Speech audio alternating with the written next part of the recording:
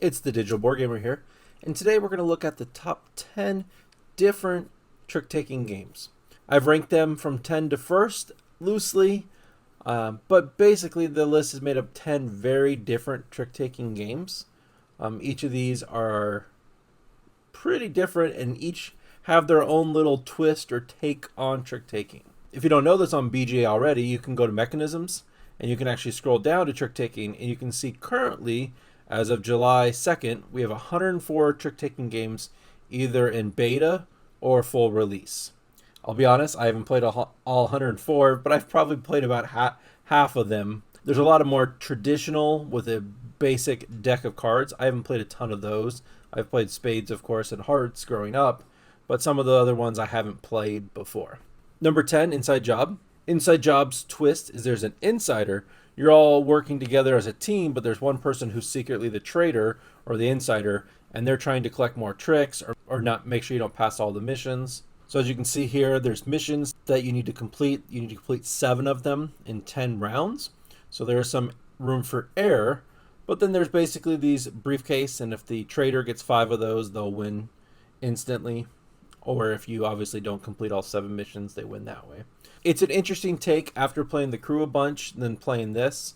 I found it kind of interesting. I still prefer the crew over this, of course, but it was an interesting concept of this traitor aspect. At number 9, we have Monster Trick. Monster Trick's little twist on it is you're actually playing 4 hands at once. There's kind of secret bidding, and you're trying to predict how many tricks you're going to take, but there are currently 4 hands being played at once. You arrange how many tricks you think you're going to take. If you're going to take only one, you put your highest card here, then so on. There'll be more than 4 tricks taken, of course, but the way you're playing 4 down at once, it makes it interesting because you could have 2 reds going at the same time. You could even have 3 reds in theory, but there's no trump in this game. So you just have to place down, and then the highest of that color that is in that pile will win. You do get to the point where you're having to play off colors because you have nothing left. But it was really interesting. And then in the second round, these 3 cards, they're higher value, but again, you have to organize them away. If you happen to take 4 tricks, it actually loops back around to your lowest one. Number 8, we have Sail. This is actually a cooperative trick-taking game where you and your opponent are trying to escape the Kraken and get to safety. So here you'll be selecting a pirate. Each of you and your partner will both select a pirate down here. That'll represent yourself, give yourself a special power. But then what you're doing is you're trying to get the boat from here over to these anchors. You can't pass through islands. You have to be careful to avoid the Kraken. And you have to do it so fast, otherwise the Kraken will just destroy your boat at the end of the turn. And basically, when you're playing cards, depending on the pattern you play, so you can see here, if you both play a wheel, you move forward or down depending on who won the trick. If you do the Kraken wheel, then you will move still, but you'll take damage. If you play 2 of the Kraken wheels, you'll take 2 damage, and then so on. Really interesting concept. There's a campaign with this. 4 or 5 scenarios. There's a good learning scenario to get you started. But if you have a friend that you like to play trick-taking games with, I played this with one of my friends, and it was really cool. It was really interesting and a lot of fun. Definitely different than anything else on the list. And at number 7, we have For Northwood, a solo trick-taking game. And this game here, these little creatures here, they have numbers on them. This is the number of tricks you're going to take for the hand. I just completed the 0, and I scored 4 stars. You need 16 total stars to win, so I'm 4 there. But I'm going to pick one. Each character, the symbol on the top left is the trick for that round. So looking at my hand, I am strong on yellow. So it's tough. 8's the highest, so that's the highest of that trick. But I'll try this one. These are your allies here. They can be used once in this game for this level 3 here. Once used, they cannot be used again. But I'll just pass and you'll see how this works. The game plays a card off the deck. I have to follow with it. I only had the 2, so I lost, which is fine by me because I can only win 3. So I'm purposely not trying to win very many because I'm hoping my 3 trumps will walk. And here we go. So that's the first one I won. And I'm not paying attention to any of my skills there. Oh, now I'm in trouble. So now I won that. I can only win 1 more. Still looking good. So here I have to play here because these will both win. So now I can look at my allies to see maybe if there's a way to help me win, that kind of thing. but we'll just hit pass, and I'll clearly, whoa, I got lucky there. And then we'll see, I should win this last one. And I won that one. And then I get the 1 star there. The 3 and the 4 are the easiest, and then the 2, the 1, they get harder as they work out. So now I have 5 of the stars I need. If you want a simple trick-taking game that you can play solo, check out this one. And then number 6, we had Loose, a trick-taking game where you're actually playing blind and you see all your opponent's cards and not your own. So you see you'll be bidding here like in many trick-taking games, but you can see really quickly how in my hand I can't see the numbers on each of my cards, but I can see my opponent's. You can see yellow is trump, so my opponent here has a lot of tricks that he can possibly take. Your cards are organized in a pattern like my opponent's, where the lowest of my purples is on the left and the higher one's going to be on the right, and so on. But you can kind of see, it's not perfect information. There's some cards discarded, of course, otherwise you would know what you have. But you can try to take an educated guess. It's just an interesting concept. Sometimes you know instantly that, your opponents have this. You're not going to take any, in a 3-player version, I believe the 8 is the highest. So I know that the first trick he's going to take no matter what, because he has an 8 purple. And we all have three, we all at least have 1 purple to play. So he's going to win that. But he doesn't know. He can look at the others and assume it might be the 8, but he doesn't know for sure. So just an interesting take on that concept of trick-taking, bidding. Sometimes I get my bidding really wrong on this game for sure, because it's a little bit more chaotic not knowing your cards exactly. But if you like that kind of concept, seems kind of fun, check it out. At number 5, we have Cat in the Box. Cat in the Box is interesting because all of the cards get dealt to you are kind of colorless, and it's not until you play them decide which color they are. In this game, there are going to be 5 of each number cards in the deck. Obviously, you can only play 4 of each of them, 1 red, 1 blue, 1 yellow, 1 green. So because of that, at the very end of the round, there will always be cards not played. But generally, or a lot of the times, this game ends in a paradox. Basically, I have an 8 left, and all the 8s have been played. So there's some interesting scoring here with the board. I actually find it kind of clever because once you understand the game a little bit, this scoring is kind of interesting. But you'll see here, as you play, everybody will make a prediction of what they're going to score, of course. 1, 2, or 3 points here in a 4-player game. Then you're going to lead. This player here led with a green 4. Obviously, in his hand, it was just white, but he laid it down below the green and said it's a green 4. And now it's up to everybody to decide if they have any greens that might beat it. So obviously I can't play the green 4 or the 5 or the 7 because those have all been called green. If for some reason I wanted to say I'm out of green, I could remove my little disc here and then I would be out of greens, and then I could play in another suit. Red is trump, so I could then trump it. But then of course I cannot play any of these numbers down here in the green. So if we get to a position and I have 2 1s left and the only one available is the green 1, I'll cause a paradox and then I'll lose points. So it's a really cool concept of a game. A lot of fun. A lot of jokes when you play it real time. Oh, do I have a 2? I don't know if I have a green 2. Maybe. Oh, here I found a green 2. That kind of thing. So a lot of fun. Check that one out. At number 4, we have Diamonds. Trick-taking game where you're going to be actually collecting diamonds, but every suit that is played manipulates the diamonds slightly different. And then whoever has the most diamonds at the end will actually win the trick-taking game.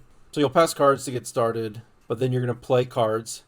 When a player leads, they can lead with any suit.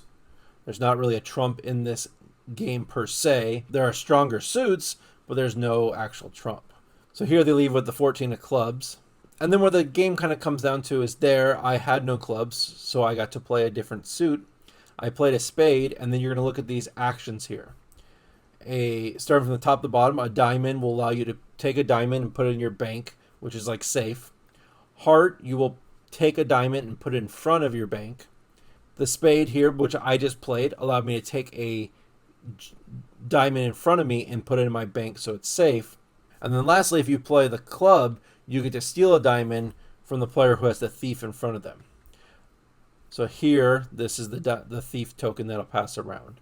You can only steal with the diamonds in front of players or the showroom. If you're playing physically, it actually just sits in front of your little board. But, you can only steal from this area here called the showroom.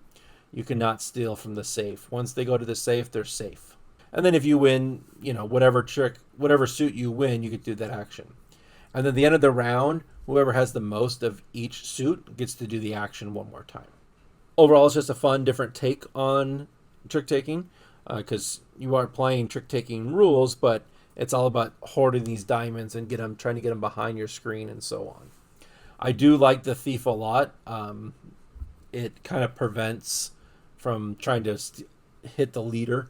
If you don't play with the thief, it's sometimes very obvious who's winning, so you just keep trying to steal from him. I kind of like this where it moves around, so it's not so hit the leader, or sometimes it's more strategic because Bramlet might not have any in front of him, so the thief's not going to do anything for me, so I might not play the thief right away. So if you like Take Out Diamonds, it is in beta still, but it should be released here shortly. It's been in beta for quite a bit. Number 3, we have the Crew. There's 2 different versions of the Crew. There's the underwater, deep sea, and there's a space one. They play relatively the same if you're not familiar. The biggest thing is in the space one, the missions are pretty much set, whereas this deep sea version, you draw cards, difficulty of the mission, and so it can be a lot different. But in this one, there's a great campaign that you can play. There's 33 missions. It's a lot of fun. We played the whole campaign over the course of a couple months. We just kept going. I think we actually did it where we never redrew goals. I don't think we ever got stuck where it was too hard where we couldn't do it. But you see here, you know, you'll basically get dealt these little missions that you have to do. This one's pretty simple. You'll just win 2 tricks in a row. Sometimes, you know, a captain has to give out jobs. You have to do different things. It's quite a bit of fun if you've never heard of the Crew.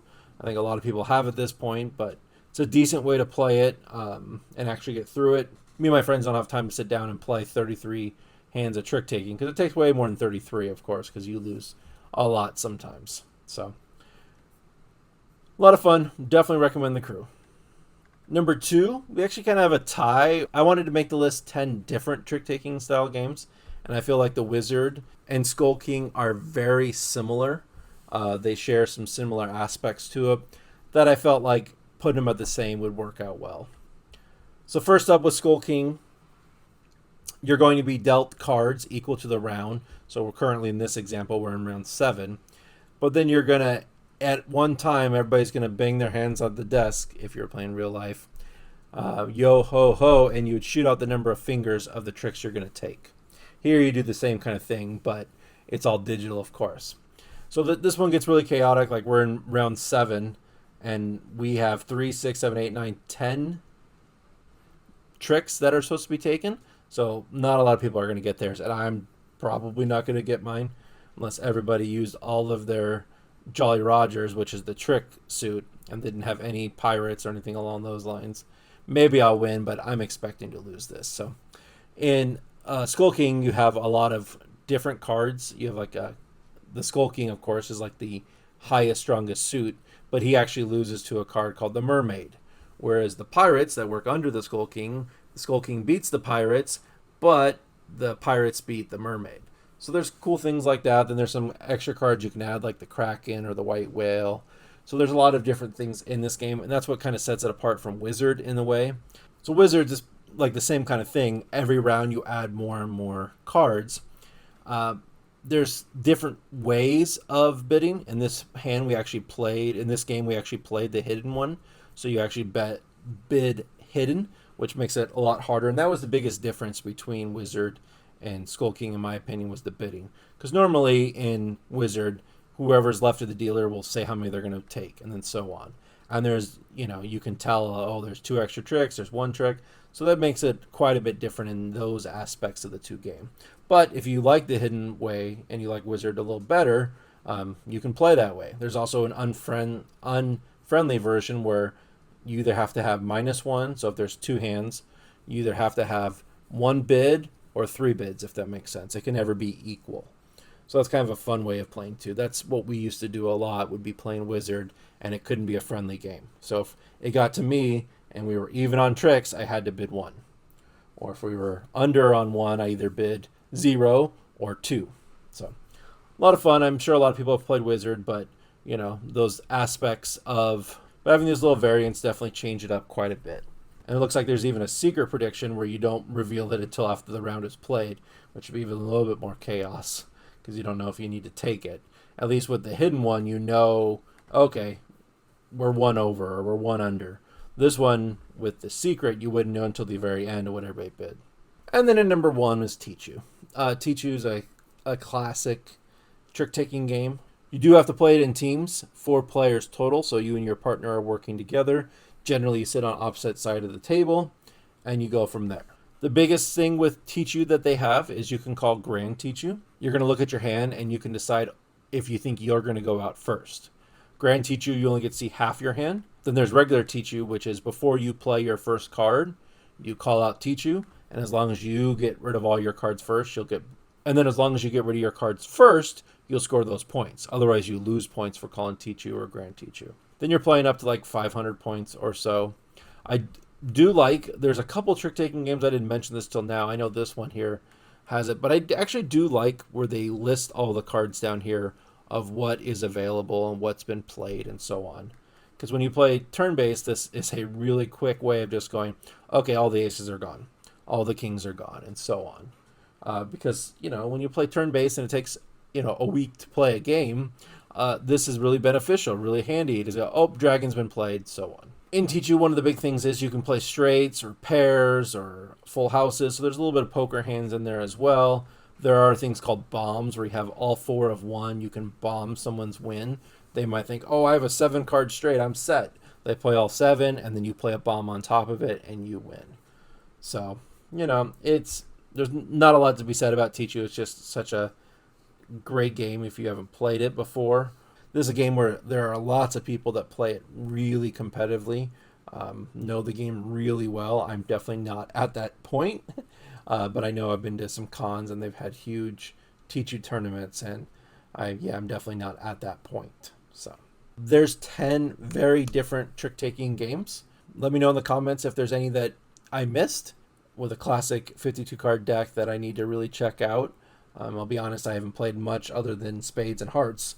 So maybe there's some down there that, now that you've seen my list, what I kind of like, maybe there's something I need to check out. Well, I've been the Digital Board Gamer. As always, good luck and have fun.